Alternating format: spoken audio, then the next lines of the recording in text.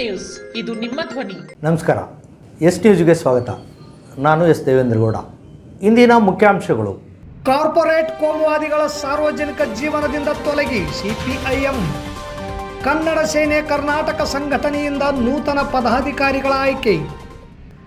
ಧರ್ಮಸ್ಥಳದಲ್ಲಿ ನಡೆದ ಹತ್ಯಾಕಾಂಡ ವಿರೋಧಿಸಿ ಸಿಪಿಐಎಂಎಲ್ ರೆಡ್ ಸ್ಟಾರ್ ಪಕ್ಷದಿಂದ ಪ್ರತಿಭಟನೆ. ನಾರಾಯಣಗೌಡ ಬಣದ ಕರ್ನಾಟಕ ರಕ್ಷಣಾ ವೇದಿಕೆಯಿಂದ ಪದಾಧಿಕಾರಿಗಳ ಆಯ್ಕೆ. ಗಂಗಣ್ಣಡ್ಡಿಸ್. ಹನುಮಾಪುರದಲ್ಲಿ ಅನಧಿಕೃತವಾಗಿ ತಿಪ್ಪೆ ಬಳವೆ ಹಾಕಿದ್ದು ಸಾಂಕ್ರಾಮಿಕ ರೋಗ ಹರಡುವ ಭೀತಿ. ವಾರ್ತೆಗಳ ವಿವರ. ಭಾರತ ಕಮ್ಯುನಿಸ್ಟ್ ಪಕ್ಷ ಮಾರ್ಕ್ಸ್ವಾದಿ ಸಿಪಿಐಎಂ ರಾಯಚೂರು ಜಿಲ್ಲೆಯಲ್ಲಿ ತನ್ನ ಕಾರ್ಯಚಟುವಟಿಕೆ ಪ್ರಾರಂಭಿಸಿ ಇಂದಿಗೆ 50 ವರ್ಷ ಪೂರೈಸಿದ್ದು, ಇಡೀ ವರ್ಷ ಪೂರ್ತಿ ಕಾರ್ಯಕ್ರಮ ಮತ್ತು ಹೋರಾಟಗಳನ್ನು ಹಮ್ಮಿಕೊಳ್ಳಲು ಯೋಜಿಸಿದ್ದು, ಕಾರ್ಪೊರೇಟ್ ಕೋಮುವಾದಿಗಳೇ ಸಾರ್ವಜನಿಕ ಜೀವನದಿಂದ ತೊಲಗಿ ಎನ್ನುವ ಘೋಷವಾಕ್ಯವನ್ನು ಇಟ್ಟುಕೊಂಡು ಕಾರ್ಯಕ್ರಮಗಳನ್ನು ಆಯೋಜಿಸಲಾಗುತ್ತದೆ ಎಂದು ಆಚರಣಾ ಸಮಿತಿ ಅಧ್ಯಕ್ಷ ಬಿ ಲಿಂಗಪ್ಪ ಹೇಳಿದರು. ಇಂದು ರಾಯಚೂರಿನಲ್ಲಿ ನಡೆಸಿದ್ದ ಸುದ್ದಿಗೋಷ್ಠಿಯಲ್ಲಿ ಮಾತನಾಡಿದ ಅವರು, ಸಿಪಿಐಎಂ ಪಕ್ಷ ರಾಯಚೂರು ಜಿಲ್ಲೆಯಲ್ಲಿ 22ನೇ ಜುಲೈ 1975ರಂದು ತನ್ನ ಸಾಮೂಹಿಕ ಸಂಘಟನೆಗಳ ಕಾರ್ಯಚಟುವಟಿಕೆಯನ್ನು ಪ್ರಾರಂಭಿಸಿತು.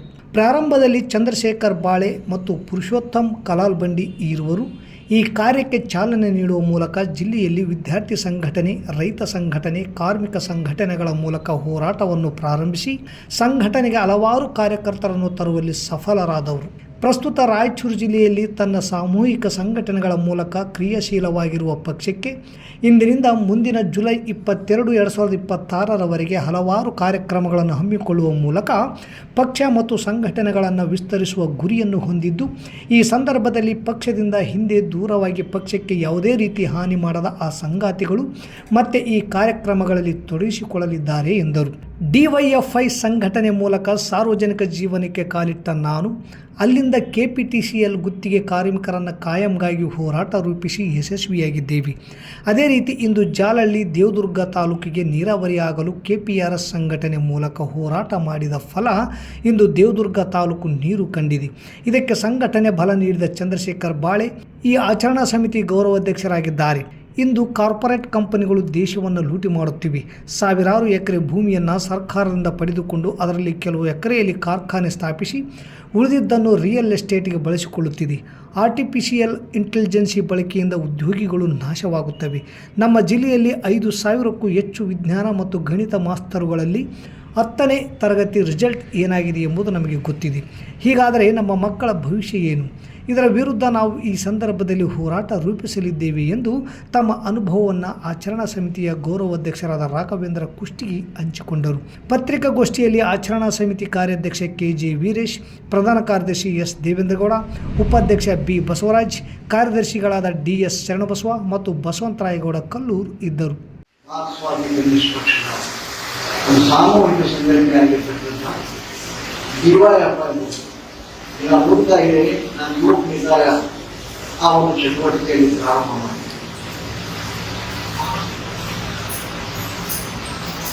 81-82ರಲ್ಲಿ RTPS ಪ್ರಾರಂಭ ಆಗಿ ಹೊರಗಡೆಯಿಂದ ಸಿಕ್ಕಾಪಟ್ಟೆ ಜನರನ್ನ ಹೊರಗಡೆ ಅಪಾಯಿಂಟ್ಮೆಂಟ್ ಮಾಡಿ ತಗೊಂಡು ನೌಕರಿ ಮಾಡಿಸ್ತಿರೋ ಸಂದರ್ಭದಲ್ಲಿ ಅದರ ಬೈಲಾ ಪ್ರಕಾರ 65% ಲೋಕಲ್ ಜನರಿಗೆ ಅಪಾಯಿಂಟ್ಮೆಂಟ್ ಆಗಬೇಕು ಅಂತಕ್ಕಂಥ ಒಂದು ನಿಯಮ ಇದೆ. ಅದನ್ನ ಮುರಿದಿರೋದ್ರಿಂದ ನಾವು ದೊಡ್ಡ ಹೋರಾಟ ಮಾಡಿದ್ವಿ. ಜಿಲ್ಲಾ ನಿರುದ್ಯೋಗ ಯೋಜನಾ ಹೋರಾಟ ಸಮಿತಿ ಅಂತೇಳಿ ಡಿವೈಎಫ್ಐ ನೇತೃತ್ವದಲ್ಲಿ ಹೋರಾಟ ಮಾಡಿ ನಮ್ಮ ಭಾಗದ 500 ಜನಕ್ಕೂ ಹೆಚ್ಚು ಜನ ಆ ಟೈಮ್ನಲ್ಲಿ ಅಪಾಯಿಂಟ್ಮೆಂಟ್ ಆಗಂತೆ ಮಾಡಿದ್ವಿ.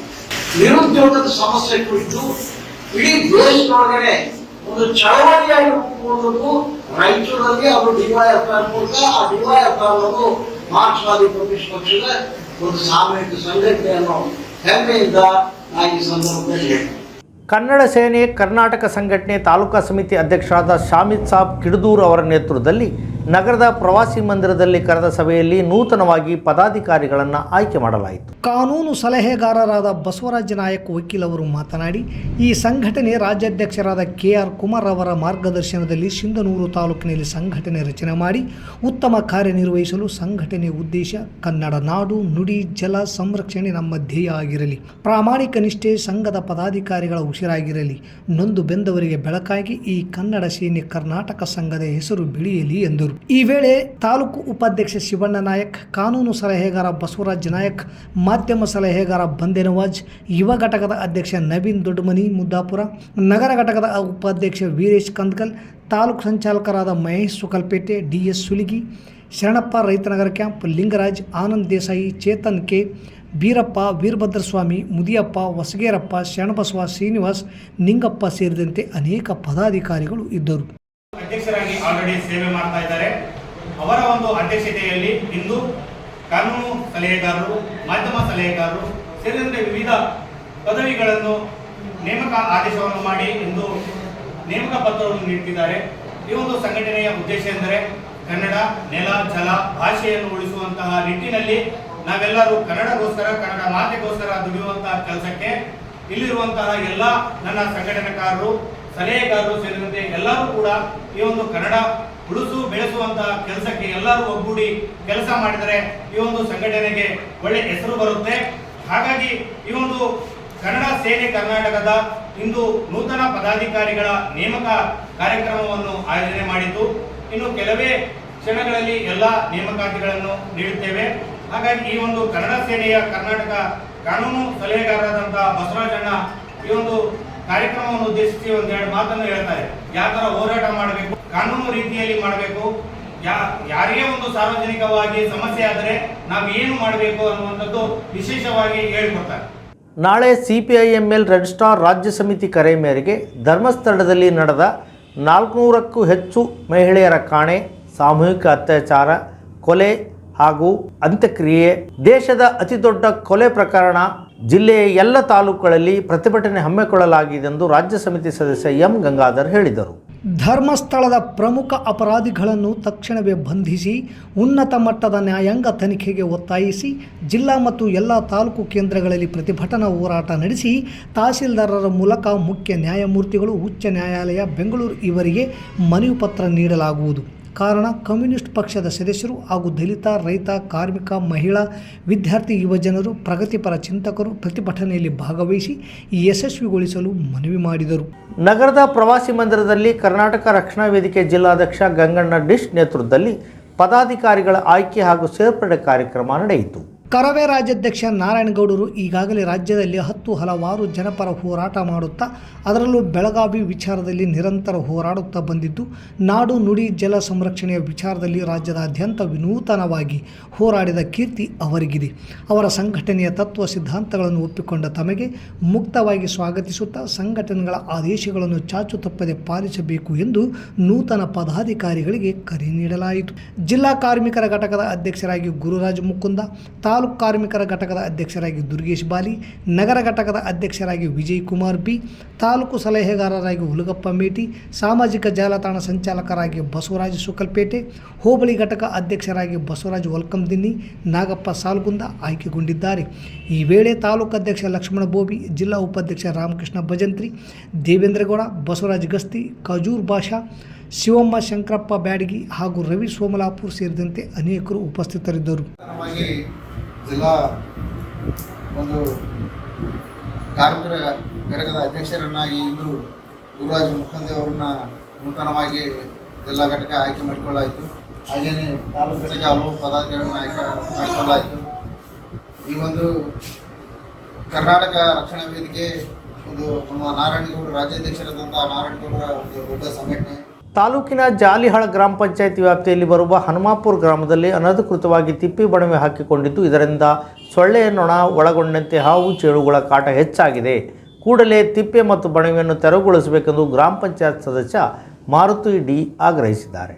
ತಾಲೂಕ್ ಪಂಚಾಯಿತಿ ಆವರಣದಲ್ಲಿ ಸೋಮವಾರ ಮಾಧ್ಯಮದೊಂದಿಗೆ ಮಾತನಾಡಿದ ಅವರು, ನಾನು ಜಾಲಿಯಾಳ್ ಗ್ರಾಮ ಪಂಚಾಯಿತಿ ಸದಸ್ಯನಾಗಿದ್ದು, ಗ್ರಾಮಸ್ಥರು ಹನುಮಾಪುರ ಗ್ರಾಮದಲ್ಲಿ ಬರುವ ಸರ್ಕಾರಿ ಗಾಂವ್ ಠಾಣಾ ಜಮೀನು ಸುಮಾರು 5 ಎಕರೆ ಇದ್ದು, ಇದರ ಸುತ್ತಲೂ ಅನಧಿಕೃತವಾಗಿ ತಿಪ್ಪೆ ಬಣವೆ ಹಾಕಿಕೊಂಡಿದ್ದು, ಇದನ್ನು ತೆರವುಗೊಳಿಸುವಂತೆ ಗ್ರಾಮಸ್ಥರು ನನ್ನನ್ನು ಮನವಿ ಮಾಡಿಕೊಳ್ಳುತ್ತಿದ್ದಾರೆ. ಈ ಹಿನ್ನೆಲೆಯಲ್ಲಿ ಗ್ರಾಮಸ್ಥರ ಸಹಿಯೊಂದಿಗೆ ಜಾಲಹಳ್ಳಿ ಗ್ರಾಮ ಪಂಚಾಯಿತಿ PDO ಮಲ್ಲೇಶ್ ಅವರಿಗೆ ಮನವಿ ಮಾಡಿದರೂ ಸಹ ಇದುವರೆಗೂ ಯಾವುದೇ ಪ್ರಯೋಜನವಾಗುತ್ತಿಲ್ಲ. ಈ ಹಿನ್ನೆಲೆಯಲ್ಲಿ ತಾಲೂಕ್ ಪಂಚಾಯಿತಿ ಕಾರ್ಯನಿರ್ವಾಹಕ ಅಧಿಕಾರಿಗಳಿಗೆ ಹೇಳಿದರೆ, ಇದು ನಮ್ಮ ವ್ಯಾಪ್ತಿಗೆ ಬರುವುದಿಲ್ಲ, ಗ್ರಾಮ ಪಂಚಾಯಿತಿಯಿಂದ ಮಾಡಿಸಿ, ಒಂದು ವೇಳೆ ಅವರು ಕ್ರಮಕ್ಕೆ ಮುಂದಾಗದೆ ಹೋದರೆ ನಮಗೆ ದೂರು ಸಲ್ಲಿಸಿ ಎಂದು ಹೇಳುವುದು ಎಷ್ಟು ಸರಿ? ಈ ಅನಧಿಕೃತವಾಗಿ ಹಾಕಿದ ತಿಪ್ಪೆ ಬಣವೆಗಳಿಂದ ನೊಣ, ಸೊಳ್ಳೆ, ಕ್ರಿಮಿಕೀಟಗಳು ಬರುತ್ತಿವೆ. ಮಳೆ ಬಂತು ಎಂದರೆ ಗಲೀಜು ನೀರು ಜೊತೆಗೆ ಹಾವು, ಚೇಳುಗಳು ಕಾಟ ಹೆಚ್ಚಾಗುತ್ತಿದ್ದು ಗ್ರಾಮದಲ್ಲಿ ಸಾಂಕ್ರಾಮಿಕ ರೋಗ ಹರಡಲು ಸಾಧ್ಯತೆಯೂ ಖಚಿತ. ಕೂಡಲೇ ಜಿಲ್ಲಾ ಪಂಚಾಯಿತಿ ಕಾರ್ಯನಿರ್ವಾಹಕ ಅಧಿಕಾರಿಗಳು ಇದನ್ನು ಗಂಭೀರವಾಗಿ ಪರಿಗಣಿಸಿ ಅನಧಿಕೃತ ತಿಪ್ಪೆ ಬಣವೆಗಳನ್ನು ತೆರವುಗೊಳಿಸಲು ಮುಂದಾಗಬೇಕು. ತಪ್ಪಿದರೆ ಹೋರಾಟ ಅನಿವಾರ್ಯ ಎಂದು ಹೇಳಿದರು. ನಾನು ಒಬ್ಬ ಗ್ರಾಮ ಪಂಚಾಯತಿ ಸದಸ್ಯ ಸರ್. ಯಾಲಿಯಾಳ ಗ್ರಾಮ ಪಂಚಾಯತಿ ಬರಲಿ ಅಂತ ವ್ಯಾಪ್ತಿಯಲ್ಲಿ ಬರುವಂಥ ಹನುಮಾಪುರ ಗ್ರಾಮ ಪಂಚಾಯತಿ ಮೆಂಬರ್ ಸರ್. ನಾವು ಏನಂತ ಹೇಳಿ ಕೊಟ್ಟಿದ್ದೀವಿ ಅಂದರೆ ಗ್ರಾಮ ಪಂಚಾಯತಿಗೆ ಅಲ್ಲಿ ತಿಪ್ಪಿಗುಂಡಿ ಮಣಿವೆಲ್ಲ ಇರೋದ್ರಿಂದ ಸಾರ್ವಜನಿಕರಿಗೆ ರೋಗಗಳು ಬರೋದ್ರಿಂದ ನಾವು ಎಲ್ಲರ ಹತ್ರ ಒಂದು 60 ಜನ 70 ಜನರ ಹತ್ರ ಅವರೆಲ್ಲ ಹೇಳಿದಕ್ಕೆ ಅವ್ರ ಹತ್ರ ಸೈನ್ ಮಾಡಿಸ್ಕೊಂಡು ನಾವು ಒಂದಷ್ಟು ಗ್ರಾಮ ಪಂಚಾಯತಿಗೆ ಹೋಗಿಸಿ ವಿಡಿಯೋ ಸಾಹೇಬ್ರಿಗೆ ಹೇಳಿದೆ. ಆಯಿತು ಮಾಡ್ತೀನಿ ಅಂತಂದು ಏನು ಕ್ರಮ ತಗೊತಾ ಇಲ್ಲ. ಕೇಳಿ ನಮಗೆ ಸಾಕಾಗಿದೆ. ಗ್ರಾಮಸ್ಥರೆಲ್ಲರೂ ಬಂದು ನಮ್ಮ ಮನೆಗೆ ಬರ್ತಾ ಇದ್ದಾರೆ. ಅದನ್ನು ನಾವು ಇವ್ರು ಮಾಡ್ಲಾರ್ದಂಗೆ ಇದ್ದಾಗ ಕೇರ್ಲೆಸ್ ಮಾಡಿದಾಗ ನಾವು ಯುವ ಸಾವ್ರ ಹತ್ರ ಬಂದೀವಿ, ಎಡಿ ಸಾವ್ರ ಹತ್ರ ಬಂದೀವಿ. ಇವ್ರು ಏನಂತಾರೆ, ನಿಮ್ಮ ಗ್ರಾಮ ಪಂಚಾಯತಿ ಮಾಡತಕ್ಕದ್ದು ಅವ್ರು ಮಾಡೋಕ್ಕಾಗಿಲ್ಲ ಅಂದ್ರೆ ನಮ್ಮ ಹತ್ರ ಬರ್ರಿ ನೀವು ಅಂತ ಇವ್ರು ಅಂತಾರೆ. ಇವ್ರು ಅವ್ರ ಮೇಲೆ ಹೇಳೋದು, ಅವ್ರು ಇವ್ರ ಮೇಲೆ ಹೇಳೋದು. ಹೌದಾ?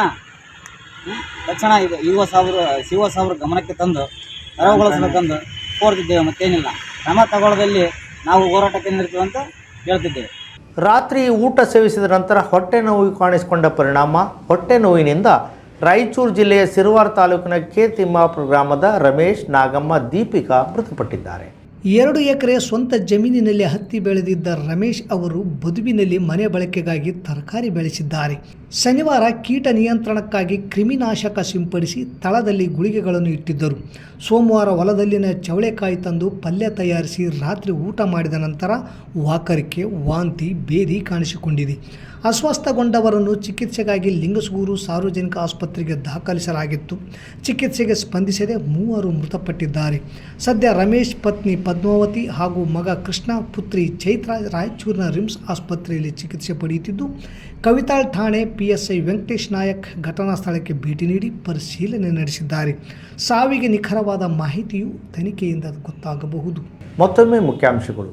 ಕಾರ್ಪೊರೇಟ್ ಕೋಮುವಾದಿಗಳ ಸಾರ್ವಜನಿಕ ಜೀವನದಿಂದ ತೊಲಗಿ CPIM ಕನ್ನಡ ಸೇನೆ ಕರ್ನಾಟಕ ಸಂಘಟನೆಯಿಂದ ನೂತನ ಪದಾಧಿಕಾರಿಗಳ ಆಯ್ಕೆ. ಧರ್ಮಸ್ಥಳದಲ್ಲಿ ನಡೆದ ಹತ್ಯಾಕಾಂಡ ವಿರೋಧಿಸಿ CPIML ರೆಡ್ ಸ್ಟಾರ್ ಪಕ್ಷದಿಂದ ಪ್ರತಿಭಟನೆ. ನಾರಾಯಣಗೌಡ ಬಣದ ಕರ್ನಾಟಕ ರಕ್ಷಣಾ ವೇದಿಕೆಯಿಂದ ಪದಾಧಿಕಾರಿಗಳ ಆಯ್ಕೆ. ಗಂಗಣ್ಣ ಡಿಸ್. ಹನುಮಾಪುರದಲ್ಲಿ ಅನಧಿಕೃತವಾಗಿ ತಿಪ್ಪೆ ಬಣವೆ ಹಾಕಿದ್ದು ಸಾಂಕ್ರಾಮಿಕ ರೋಗ ಹರಡುವ ಭೀತಿ. ಇಲ್ಲಿಗೆ ವಾರ್ತಾ ಪ್ರಸಾರ ಮುಕ್ತಾಯವಾಯಿತು. ನಿರಂತರ ಸುದ್ದಿಗಾಗಿ ವೀಕ್ಷಿಸಿ ಎಸ್ ನ್ಯೂಸ್. ಇದು ನಿಮ್ಮ ಧ್ವನಿ. ನಮಸ್ಕಾರ.